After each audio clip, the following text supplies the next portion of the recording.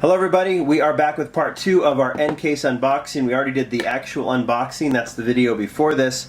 Now it's time to look at some of the highlights from the case, at least in my view. Always make a request if there's one you want to see in case you don't think I might show it. I'm happy to do it, but we're going to open these up. I am a DLM, or Die-Cast Liberation Movement. That's DLM, it's now a verb. You DLM something, so we're going to start with what is probably the highlight, the Ford GT, the 2017 Ford GT in liquid blue. You can hear me open it off the camera, but if you want to see me actually do it, there is the Ford GT. So a little bit about this. If you've seen the Ford Raptor and the Mustang GT350R, the first release, there's a new Mustang in this one. They all share the same color. It's called liquid blue, or at least it's Hot Wheels version of the liquid blue. And that was how these models, all three of them, of the actual cars, debuted at the Detroit Auto Show in 2015. So like I said in the last one, the Focus RS also has a signature blue, not the same as this one, but they have shown a Focus RS in this color. So I'm hoping maybe we'll see a Focus like this. A lot of people have asked about the, what would you call it, the C-pillar on this car. You know, on the actual Ford GT, it is open. It's kind of a wind tunnel. That is kind of the case, but not really with the Ford GT. They've done a nice job of duplicating it and making it look like it.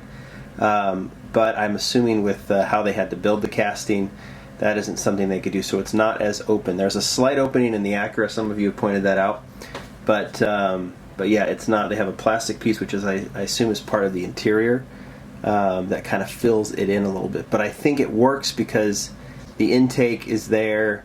It's it's not as open as the real thing, but it appears to be. They did a nice job of duplicating that. So big fan of that model. I think you guys are all the same. So speaking of the Mustang, let's get to that one. We've seen it in the liquid blue. Now they've released it in red. Interestingly enough, I saw my first GT350R today. I'll put it up on my Instagram feed. Very cool. It was kind of a light gray with a black hood stripe and dark black wheels. There it is. I think it looks really good. I still take the blue, but this one looks really good in red. Now I really want to see the other one released, the one I saw today. I love that they use the 10 spokes. I love that it doesn't have a large rear wheel. I think it would have taken so much away from this car. Yeah, it doesn't have headlight tampos. That's a bummer, but I'm glad. I mean, if I'm going to have to if I can choose between the headlights and the rear in the case of this model, I like having the rear detailed, and that is what they did. So that is the Mustang. I think that one's pretty significant. Alright, let's go with another recolor. In fact, I think that's all the rest is what we'll be showing is recolors. I'm pretty sure, yep. Recolor, the Honda CRX. So while you're still looking at the Mustang, I'm opening up the Honda. Originally came in red, and here it is in white with red rims. Same detailing. I like the casting. It was modified from the original release, which was more of a two-piece, had a top and a bottom. Now it's all one, and I think it just looks a little smoother. And if I've heard correctly, the designer Rio Sada agrees with that. He likes this one better, thinks it looks a little cleaner.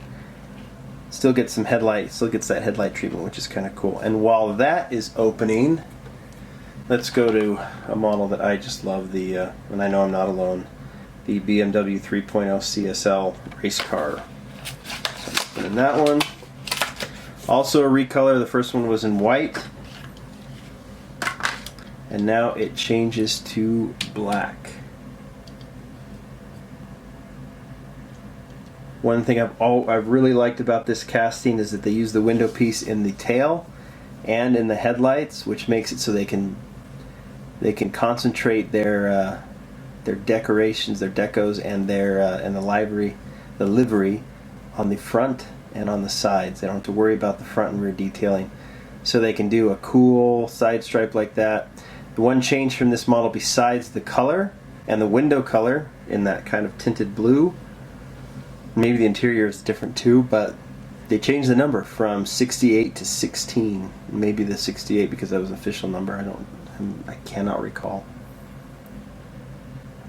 But that one looks good. And while that is opening, or that one's turning, we're going to go with the Acura NSX. I did not know that one was in this case. I was a little surprised when I opened it. Loved it in blue.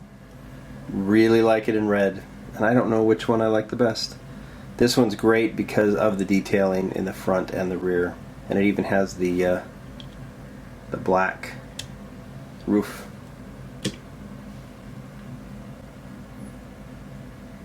You can see all the detailing in the back with the tail lights down there.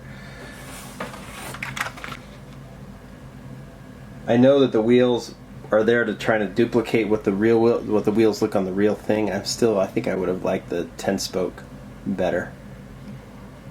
I just think the 10-spoke, as you see on the Mustang, just a little bit sportier. Opening up the Porsche.